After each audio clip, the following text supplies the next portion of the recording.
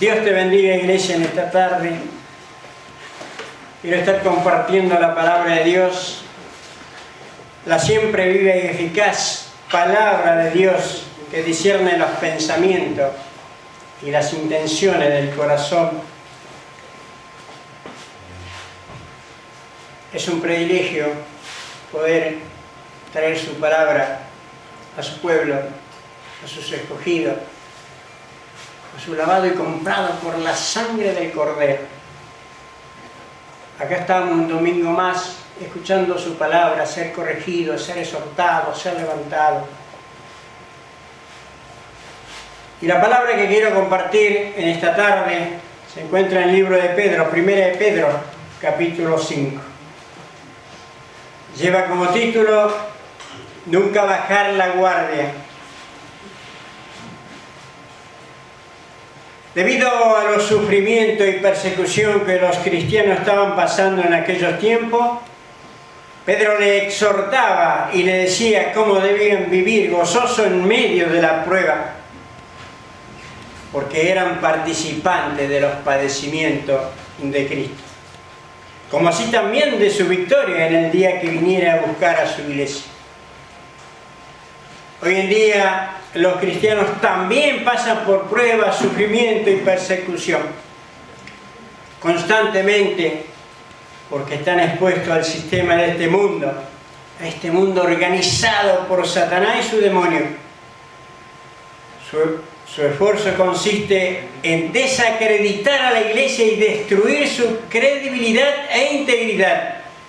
La manera que estos espíritus operan es encontrando a cristianos cuya vida no es coherente con la palabra de Dios. Pero cuidado,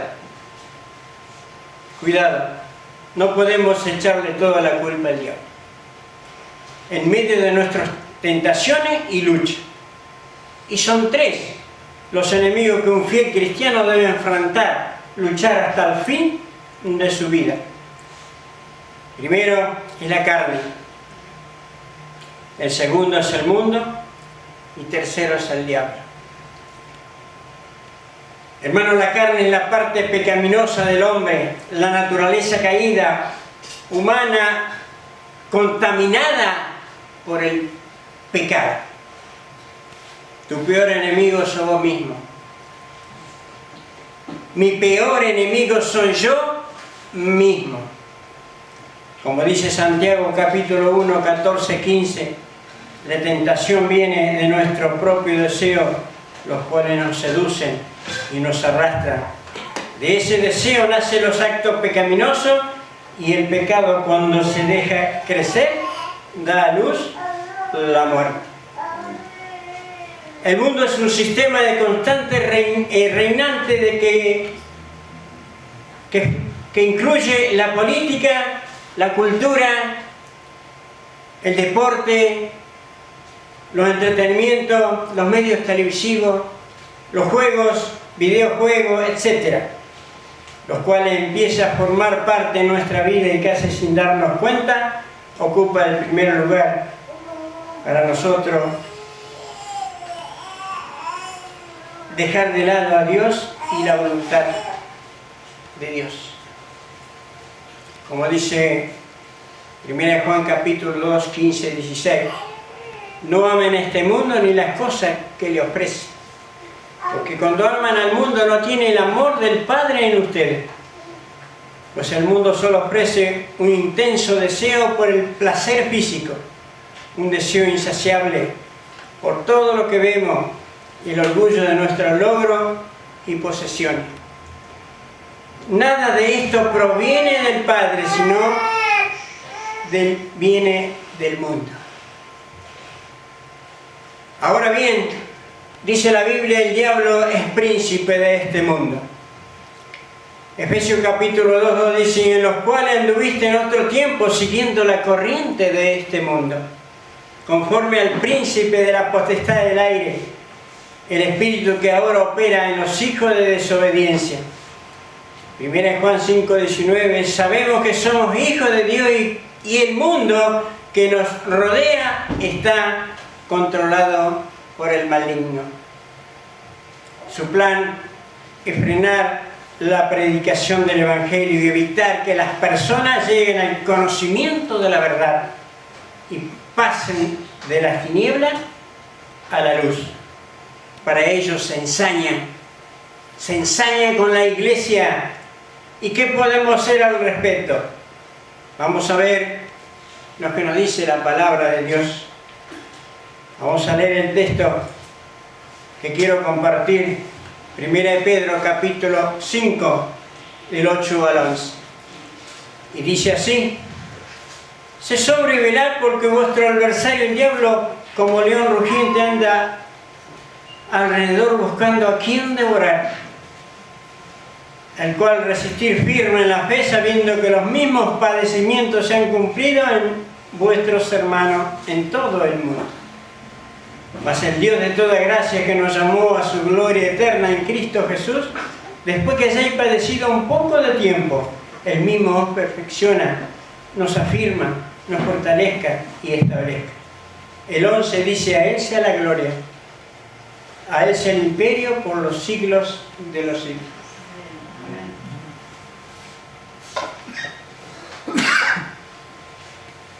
Vamos a desglosar estos 4 versículos cortitos, pero bien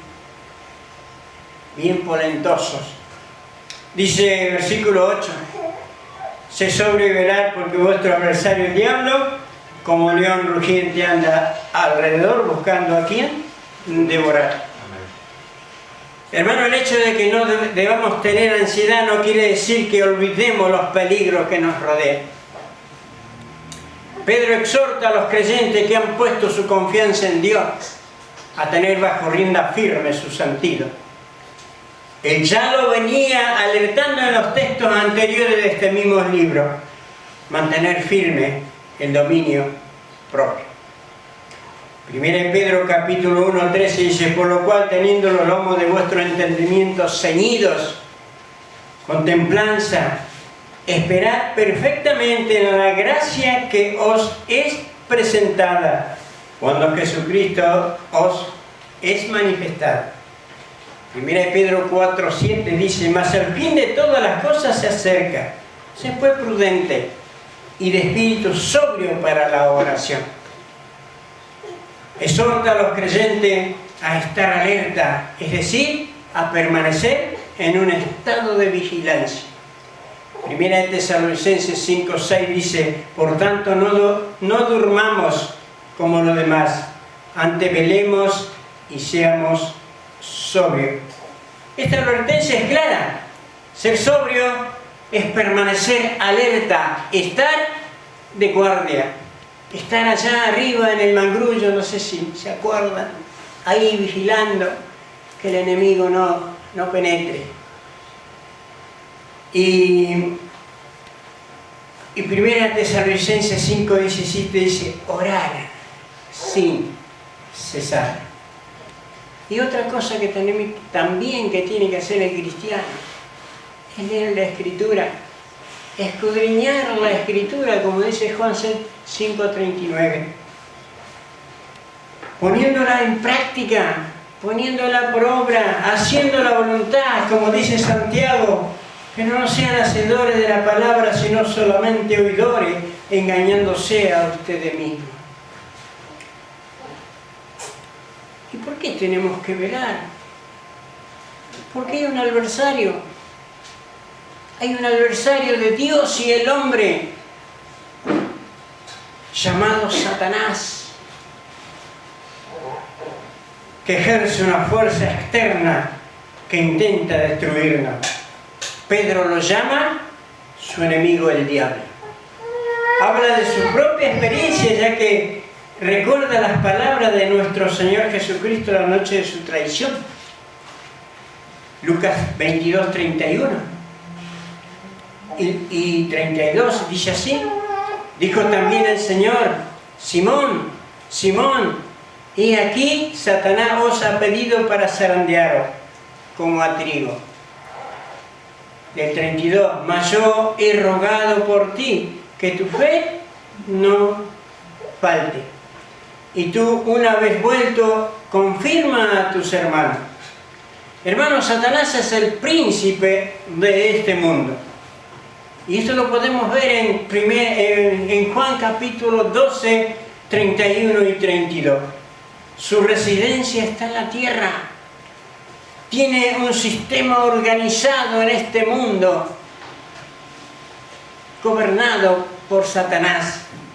Efesios 6:12, porque no tenemos lucha contra sangre ni carne, sino contra principados, contra potestades, contra señores del mundo, gobernadores de estas tinieblas, contra malicias espirituales de los aires. 1 Juan 5:19 dice, sabemos que somos de Dios y todo el mundo está puesto en maldad. Sino que sabemos que es también un calumniador. Es un calumniador que transforma la verdad en mentira, difama a Dios y al hombre. Y el pasaje continúa diciendo, el diablo ronda como león rugiente. En toda la Escritura solamente Pedro le describe a Satanás como león rugiente. Está al acecho. Su comparación hace que uno recuerde la palabra del salmista. Salmo 22:13, que dice, abrieron sobre mí mi boca como león rapaz y rugiente. Continuando con el versículo, dice, buscando a quien devorar. Si no fuera por la revelación de Dios, esta descripción de Satanás causaría terror en el corazón del cristiano y no tendríamos protección contra este adversario aterrador. Si llegásemos a ser víctimas de Satanás, seríamos destrozados, sin misericordia. Pero el cristiano cuenta con una armadura. Esa armadura está en la palabra de Dios. Efesios, capítulo 6, vamos a leer unos versículos. Dice así, vestidos de toda armadura de Dios, para que podáis estar firmes contra las acechanzas del diablo. Por tanto, tomad toda armadura de Dios para que podáis resistir al día malo y estar firmes, habiendo acabado todo. Estad pues firmes, ceñido vuestro lomo de verdad y vestido de la coraza de justicia. Y el calzado de los pies con el apresto del Evangelio de la paz. Sobre todo, tomad el escudo de la fe con que podáis apagar todos los dardos del fuego del maligno. Y tomad el yelmo de la salvación y la espada, que es el Espíritu y que es la palabra de Dios. Orando en todo tiempo, con toda oración y súplica en el Espíritu, y velando en ella con toda perseverancia y súplica por todos los santos. Es importante destacar que esa armadura es provista por Dios. Cuando un cristiano está totalmente equipado con ella, el enemigo es incapaz de penetrar su coraza. Por otra parte, Jesús enseña a sus seguidores, a sus discípulos, a nosotros, Mateo 6:13, dice, mas líbranos del maligno. El Señor los libra, el Señor nos libra, y Dios derrota a Satanás por medio de la sangre del Cordero. Amén. Apocalipsis capítulo 12:11. Sin embargo, siempre debemos estar alerta contra las acechanzas del diablo. No bajemos los brazos. Debemos estar firmes en la fe, como nos alerta en el versículo 9 que vamos a ver a continuación. Versículo 9 dice así, el cual resistir firme en la fe, sabiendo que los mismos padecimientos se van cumpliendo en vuestros hermanos en todo el mundo. Acá la palabra resistir es un paralelo con Santiago 4:7. Dice, someteos pues a Dios y resistir al diablo y huirá de vosotros. ¿Cómo resistimos? ¿O cómo nos oponemos al diablo? manteniendo firme nuestra fe, agarrándote fuerte de tu Dios y tener fe en Dios y que Él lo va a hacer. Acá la palabra firme traducida en griego significa sólido. Es decir, en cuanto a la fe, el cristiano debe estar sólido siempre e inamovible. Y podemos ver un ejemplo, que Pablo utiliza esta palabra sólida en 2 de Timoteo, capítulo 2, 19. Pero el fundamento de Dios está firme, teniendo este sello, conoce el Señor a los que son suyos. Y apártese de iniquidad todo aquel que invoca el nombre de nuestro Señor Jesucristo. Aleluya. Acá la palabra fe, en este contexto, se refiere al credo del cuerpo universal de los creyentes. Es así que el término fe tiene que ver con la enseñanza de la iglesia cristiana. Sabiendo, Pedro recuerda a los lectores que la iglesia cristiana es universal, por esta razón los creyentes deben mantenerse firmes. Hermanos de otra parte del mundo, es decir, firme contra Satanás. En este caso nos llama la atención hacia otros hermanos de otra parte del mundo que están soportando la misma clase de sufrimiento. Él comunica el mensaje que los lectores deben ver que sus sufrimientos son solo una parte del martirio cristiano. Los hombres y mujeres y creyentes a lo largo y a lo ancho del mundo sufren por Cristo. Dada la comunión de estos santos, esta información debe ser alentadora para los cristianos y no debe sorprendernos. No debe sorprendernos. Primera de Pedro 4:12 dice así: queridos hermanos, no se sorprendan con la dolorosa prueba por la que están pasando, como si fuera algo extraño. De hecho, todo aquel que sufre por Cristo se debe regocijar, porque se revela la gloria de Jesús.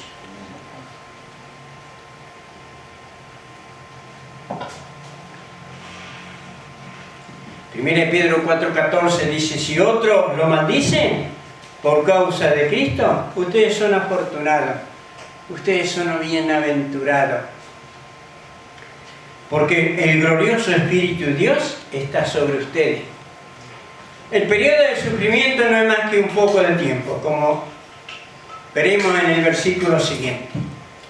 Pedro termina su epístola con una bendición que es muy y al mismo tiempo elocuente y conmovedora. Habla del corazón y su experiencia personal del sufrimiento. Todos los sufrimientos del pueblo de Dios están orgánicamente vinculados con el sufrimiento de Cristo. Debemos poner nuestra confianza en el Dios de toda gracia que nos llamó a compartir la eternidad con Él. Amén. Hermano, merecíamos estar en el infierno y fuera de esto todo lo recibimos por pura gracia. Continuando el versículo 10 y 11 dice así: mas el Dios de toda gracia, que nos llamó a su gloria eterna en Jesucristo, después que hayáis padecido un poco de tiempo, Él mismo nos perfeccione, afirme, fortalezca y establezca. El versículo 11 dice: a Él sea la gloria, a Él sea el imperio, por los siglos de los siglos. Amén. Amén. Gloria al Señor. Bien, en esta oración Pedro eleva su voz al Dios de toda gracia. Este es el único lugar de todo el Nuevo Testamento en que encontramos esta relación. Podemos encontrar un paralelo cuando Pablo le escribe a la iglesia de Corintios. Corintios capítulo 2, 2 Corintios capítulo 1, 3. Toda la alabanza sea para Dios, el Padre de nuestro Señor Jesucristo. Dios es nuestro Padre misericordioso y la fuente de toda consuelo. Pedro da a entender que Dios es la fuente, el poseedor, el dador de toda gracia. El apóstol menciona el concepto gracia repetidamente en su epístola. Enseña que la gracia de Dios es rica y variada, capítulo 4:10. Que se le otorga a los que son humildes, capítulo 5:5. Y esa gracia es tan grande que hizo que Dios, que nos llamó a su gloria eterna, dándole continuidad al versículo que estamos hablando. Es decir, nos llamó a su gloria eterna en Cristo Jesús. Es por eso que los sufrimientos presentes pierden significado y valor ante la perspectiva del futuro glorioso. El término llamó no consiste simplemente en una invitación que la persona pueda aceptar o rechazar según le guste. Es una convocatoria divina. Es un mandato real que el cristiano debe obedecer y no debe dejar de lado, sabiendo que fuimos llamados para anunciar las virtudes de aquel que nos amó de las tinieblas a su luz admirable. También fuimos llamados a la santidad. Este mismo libro, capítulo 1:15. Y al servicio, capítulo 2:21. Y a la gloria eterna, capítulo 5:10, el que estamos compartiendo. Y este llamamiento es eficaz y consecuente con la elección por medio de la cual Dios nos escogió, nos santificó y nos llamó a la obediencia, capítulo 1:2. Podemos notar que Pedro añade el nombre de Jesucristo, es decir, que Dios llamó eficazmente en Cristo desde antes de la fundación del mundo.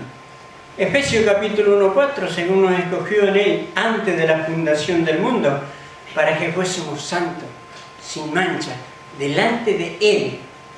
Y en Romanos 8:30, a lo que predestinó, a esto también llamó, y a lo que llamó, a esto también justificó, y a lo que justificó, a esto también glorificó y glorificó. La buena noticia es que todos los escogidos tendrán su parte en la gloria eterna de Dios. Capítulo 4:3 y 5:1 y 4. Después que haya, dice el otro, siguiendo el texto de la Biblia, el versículo de la Biblia, después que hayan padecido, dice, un poco de tiempo, entrar a la gloria eterna de Dios es algo que sucede después que los creyentes hayan experimentado un breve periodo de sufrimiento. El contraste entre el sufrimiento humano y la eternidad de la gloria de Dios es claro. Por el momento la intensidad del sufrimiento parece severa, pero a la vez es pequeña y de breve duración comparada con la gloria de la eternidad. Dice en 1 de Pedro 1:6, en los cuales vosotros os alegráis, aunque ahora por un poco de tiempo, si es necesario, tengáis que ser afligidos en diversas pruebas. Romanos 8:18, pues tengo por cierto que las aflicciones del tiempo presente no son comparables con la gloria venidera que en nosotros ha de manifestarse. Y ese padecimiento tiene como propósito que Él nos perfecciona.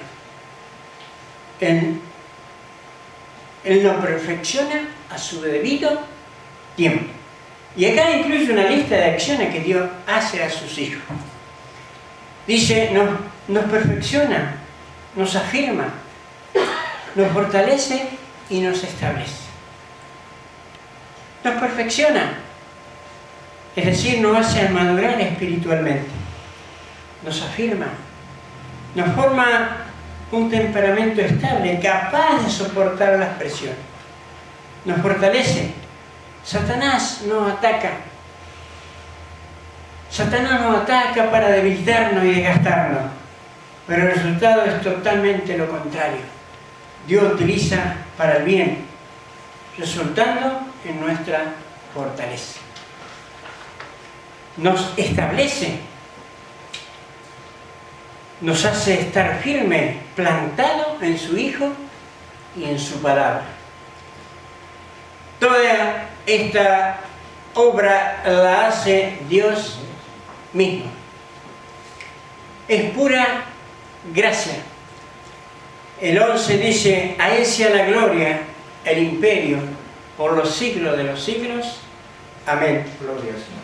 Pedro concluye esta oración con una doxología del pasaje anterior, capítulo 4:11, que dice así: a Él pertenece la gloria, el poder, por los siglos de los siglos.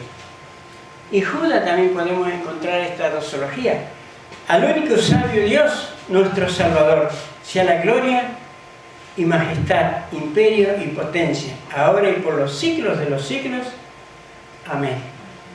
Timoteo, 1 Timoteo 6:16, también podemos encontrar otra doxología. Apocalipsis, capítulo 1, 6, 5 y 3. La última palabra de esta doxología es amén. En otras palabras, así sea.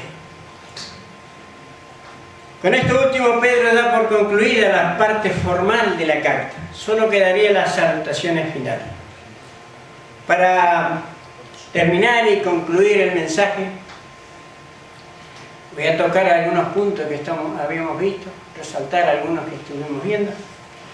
Dice así, dice Pedro, nos exhorta a la iglesia a estar alerta y a permanecer en un estado de vigilancia, es decir, en guardia.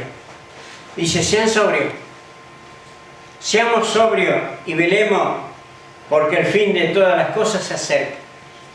El cristiano debe vivir cada día su vida de una manera tal que cuando suene las trompetas de juicio de Dios, no seamos avergonzados.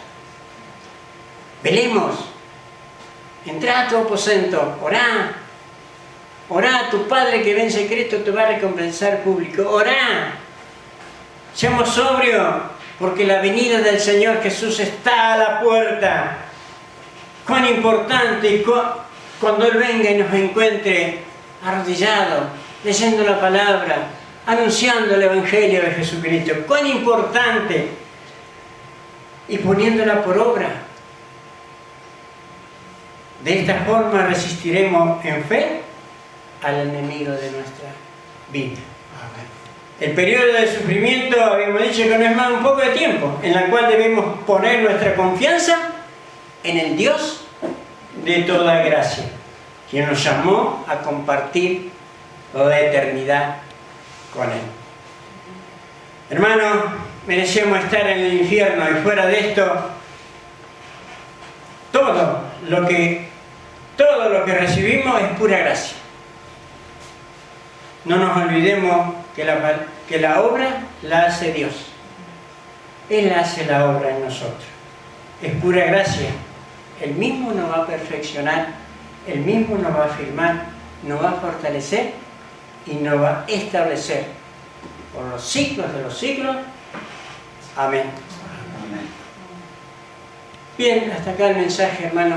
Espero que pueda llegar a nuestros corazones y tenga fruto, que es lo que yo pretendo. Amén. Amén. Dios te bendiga. Bueno, a mí el mensaje